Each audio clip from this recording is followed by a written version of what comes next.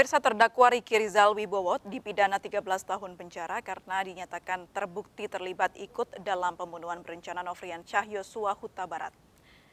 Mantan ajudan Ferdi Sambo ini menghadapi sidang vonis atas tuntutan 8 tahun penjara yang diajukan oleh jaksa penuntut umum.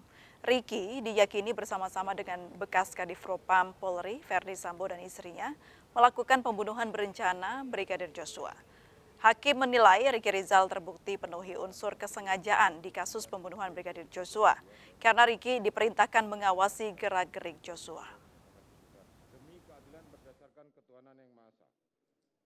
Menimbang bahwa berdasarkan seluruh pertimbangan di atas, maka seluruh unsur tindak pidana dalam dakwaan primer melanggar pasal 340 KUHP junto pasal 55 ayat 1 ke 1 telah terpenuhi. Oleh karena itu, saksi Putri Chandrawati telah terbukti terdakwa telah terbukti secara sah dan meyakinkan bersalah turut serta melakukan pembunuhan berencana.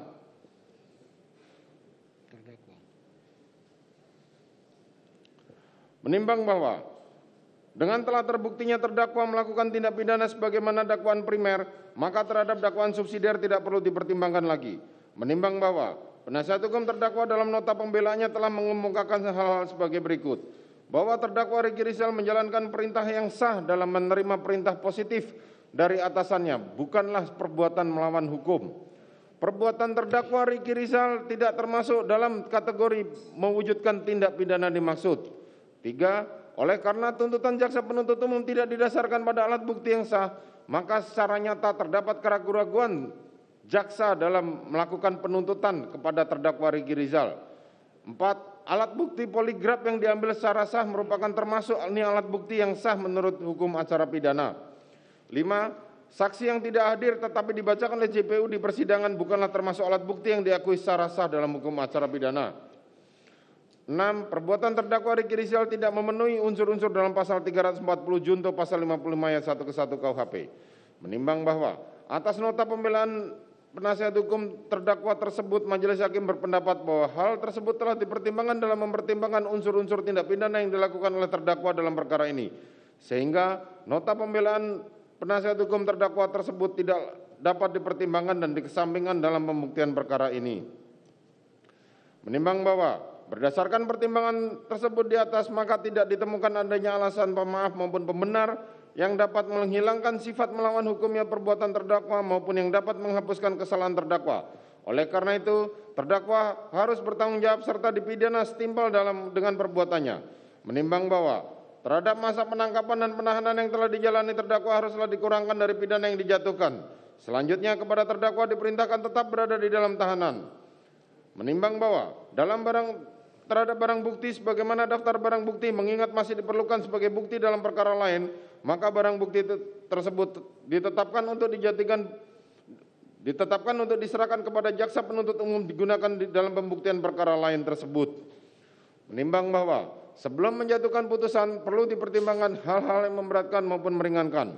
Hal yang memberatkan, terdakwa sampai dengan pemeriksaan perkara ini dinyatakan selesai masih berbelit-belit dan tidak berterus terang dalam memberikan keterangannya di persidangan, sehingga sangat menyulitkan jalannya persidangan. Perbuatan terdakwa telah mencoreng nama baik institusi kepolisian. Hal yang meringankan, terdakwa masih mempunyai tanggungan keluarga, terdakwa diharapkan masih bisa memperbaiki perilakunya di kemudian hari. Menimbang bahwa oleh karena terdakwa dijatuhi pidana, maka haruslah dibebani pula membayar biaya perkara.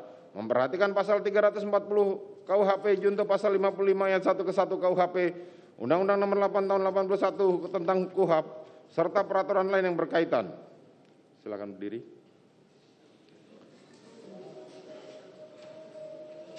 Mengadili. 1. Menyatakan terdakwa atas nama Riki Rizal telah terbukti secara sah dan meyakinkan bersalah melakukan tindak pidana turut serta melakukan pembunuhan berencana. Menjatuhkan pidana terhadap terdakwa tersebut dengan pidana penjara selama 13 tahun. Menyatakan bahwa pidana tersebut akan dikurangkan dengan lamanya terdakwa berada dalam tahanan. Memerintahkan terdakwa tetap ditahan. Menyatakan barang bukti dikembalikan kepada jaksa penuntut umum untuk digunakan di perkara lain. Menetapkan supaya terdakwa dibebani membayar biaya perkara sebesar Rp5.000. Silakan duduk. Ya, pemirsa, tidak hanya vonis Sambo dan Putri, Majelis Hakim Pengadilan Negeri Jakarta Selatan juga memutuskan hukuman yang lebih berat dari tuntutan untuk anak buah Sambo, Kuat Ma'ruf dan Ricky Rizal. Dan untuk mengulasnya sudah bergabung bersama kami kuasa hukum Ricky Rizal, Zena Dinda DVK. Selamat sore, Mbak Zena. Sore, Mbak. Baik, atas putusan hakim ini, langkah apa yang akan diambil oleh tim penasihat hukum dari Ricky Rizal? Tentunya dengan persetujuan keluarga dan keinginan Mas Ricky sendiri, kami akan mengajukan banding. Karena Mas Ricky juga menyatakan tadi sebenarnya Mas Ricky sudah mau diwawancara, cuma memang dilarang oleh jaksa penuntut umum gitu ya. Padahal terdakwa mempunyai hak untuk itu sebenarnya. Dia ingin menyatakan bahwa ia tidak merasa ada keadilan untuk beliau di putusan hakim. Dan kedua, ia akan mengajukan banding karena tidak sesuai, pertimbangan-pertimbangan majelis hakim tidak sesuai dengan fakta persidangan dan justru malah ada asumsi baru yang bahkan tidak bisa dibuktikan di dalam persidangan. Ya, namun dia masih menghargai majelis hakim, mungkin itu keyakinan majelis hakim, masih ia hargai dan terima, namun dia tidak mau tidak merasa ada keadilan di sini, di pertimbangan hakim maupun dalam putusan hakim. Malah ini kan naik ya, Mbak ya. Tentunya berat bagi Ricky Rizal dan keluarga, makanya ia akan mengajukan banding secepatnya. Baik, apa yang membuat keyakinan Anda bahwa klien Anda tidak bersalah, Mbak Zena? Karena memang kita lihat dari fakta persidangan itu tersendiri ya, Mbak ya. Bagaimana di fakta persidangan itu tidak ada yang membuktikan bahwa Mas Ricky itu yang pengamanan senjata karena memang perintah, karena itu sudah terpatahkan sendiri. Nah, ini sangat disayangkan sekali bahwa majelis hakim mengesampingkan ahli poligraf yang sudah menyatakan tidak ada perintah atas pengamanan senjata, itu yang pertama. Kedua, mengenai diikutnya Ricky Rizal ke Jakarta, bahwa Ricky Rizal ke Jakarta sudah jelas sekali karena perintah, tapi tidak perintah dari Ferdy Sambo, bahkan tidak ada komunikasi. Kalau misal memang ada komunikasi, silakan jaksa buktikan, tapi kan tidak ada jaksa bisa membuktikan. Kalau misalkan dihubungkan dengan HP Ricky Rizal yang sudah rusak, kan ada HP-nya Ferdy Sambo yang disita gitu kan, tidak ada bukti tersebut yang dituduhkan oleh jaksa. Yang disebut bahwa tadi ada kata pertimbangan hakim squad itu yang disebut oleh saksi Vera, yang disimpulkan oleh majelis hakim adalah Kuat Ma'ruf dan Ricky Rizal. Sedangkan itu berarti artinya si Joshua itu menelpon saksi Vera sebelum Ricky Rizal dan Richard itu pulang. Lah, dari mana Ricky Rizal sudah tahu ada konflik antara Joshua dengan Kuat Ma'ruf, sedangkan Ricky Rizal sedang berada di luar bersama Richard Eliezer. Ada juga disimpulkan bahwa Ricky Rizal itu memang inisiatif, namun sesampainya di Saguling, ia menyampaikan kepada Putri Chandrawati bahwa ia telah mengamankan senjata ditaruh di LM ya, mobil LM. Lalu Putri Chandrawati memberitahukan kepada FS, makanya FS tahu bahwa senjatanya itu diamankan oleh Ricky Rizal. Bukti yang membuktikan tersebut tidak ada sama sekali, tidak ada keterangan satupun maupun bukti petunjuk yang menunjukkan bahwa Ricky Rizal memberitahukan kepada Putri Chandrawati. Karena saat di Magelang, Ricky Rizal itu waktu sudah sesuai dengan semua keterangan saksi yang ada di Magelang bahwa Ricky Rizal orang yang paling terakhir masuk mobil di Magelang. Karena apa? Ia memberikan arahan untuk orang yang akan menjaga rumah dan anaknya, Ferdy Sambo, orangnya dari Polres Magelang sana, untuk mengasih kunci rumah seperti itu. Jadi dari mana ia bisa memberitahukan Putri Chandrawati? Meskipun majelis hakim mengungkapkan Ricky Rizal ini juga termasuk skuad di Magelang begitu ya, ikut hadir, jadi terlibat juga begitu, Mbak Zega. Betul, padahal di situ waktu dibilang Vera, berarti saksi Vera menyatakan skuad-skuad itu yang disimpulkan oleh Hakim Ricky dan Kuat Ma'ruf lah. Di saat itu kan yang Kuat Ma'ruf doang yang sedang konflik dengan Joshua ya. Sedangkan Ricky dengan Richard kan sedang berada di luar gitu. Dan sedangkan di situ juga dibilang bahwa Ricky Rizal mengawasi, lagi-lagi kata mengawasi, bahwa di situ sudah jelas sekali di CCTV tidak terlihat mengawasi. Bahkan Ferdy Sambo datang pun dia masih memarkirkan mobil, dari mana mengawasin. Dan di situ pun juga terlihat di CCTV Joshua bebas keluar, nengok keluar dulu, terus dia masuk sendiri. Dia keluar, apakah Ricky Rizal menahan? Dia keluar kan tidak ada. Jadi dari mana mengawasi? Dibilang sebagai Ricky Rizal masuk ke dalam duren 3 itu di belakang Richard Eliezer sebagai lapisan kedua agar korban tidak bisa lari. Tapi sama sekali Ricky Rizal tidak mengetahui apa-apa, Mbak Zega, sama sekali. Tidak mengetahui, Mbak. Kalau misalkan dibilang lapisan kedua agar korban tidak bisa kabur tuh, Ketua Majelis kan dan Hakim juga sudah datang kan ke duren 3. Sudah jelas sekali keadaan rumah itu sempit sekali. Jadi bagaimana? Masa orang masuk harus nyebar atau kemana? Emang dia masuk dengan posisi seperti itu bukan artinya lapisan kedua, memang karena rumahnya dalam keadaan maksudnya sempit begitu, Mbak. Makanya ini jadi asumsi baru yang buat saya pemikirannya sangat apa ya, tidak masuk akal menurut saya. Ada asumsi baru lagi menurut saya. Namun ya kami tetap menghargai majelis hakim.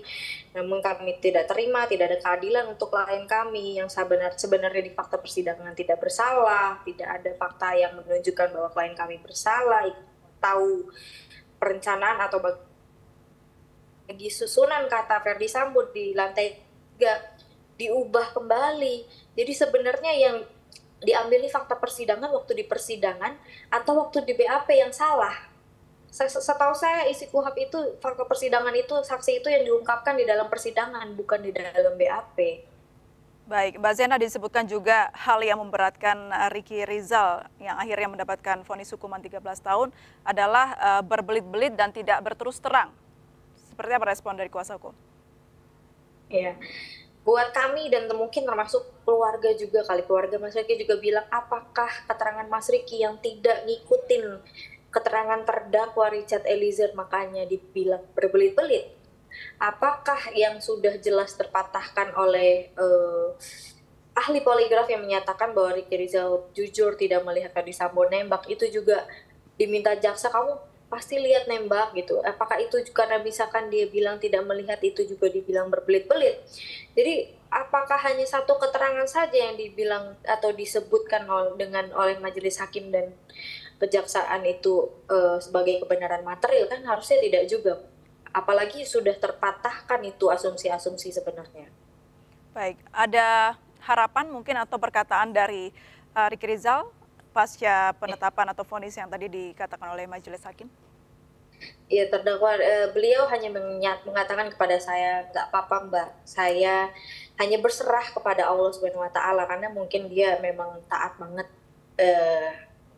dalam beribadah gitu ya, dan keluarganya pun juga sama, dan keluarga dan Ricky Rizal juga menyatakan akan hanya berserah kepada Allah Subhanahu Wa Taala. Dan majelis hakim hari ini walaupun tidak bisa memberikan keadilan kepada terdakwa, mungkin keluarga hanya mengatakan itulah tanggung jawab majelis hakim kepada Allah Subhanahu wa taala. Seperti itu aja sih keluarga dan Mas Ricky tadi bicaranya.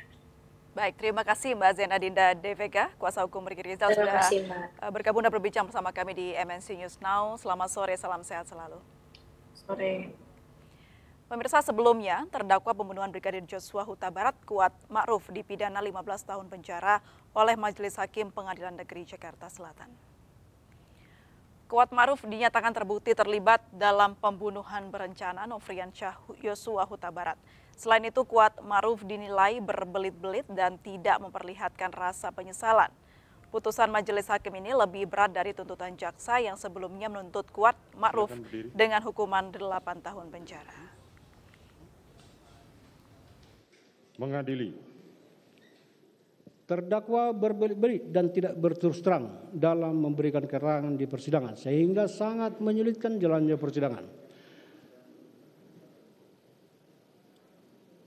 Terdakwa tidak mengaku bersalah dan justru memposisikannya orang yang tidak tahu menahu dengan perkara ini. Terdakwa tidak memperlihatkan rasa penyesalan dalam setiap persidangan. Hal-hal yang meringankan, terdakwa masih mempunyai tanggungan keluarga.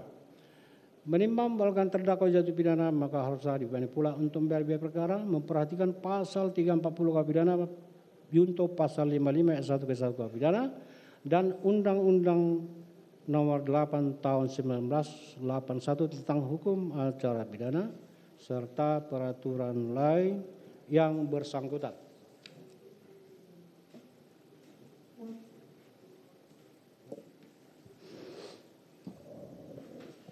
Silakan berdiri.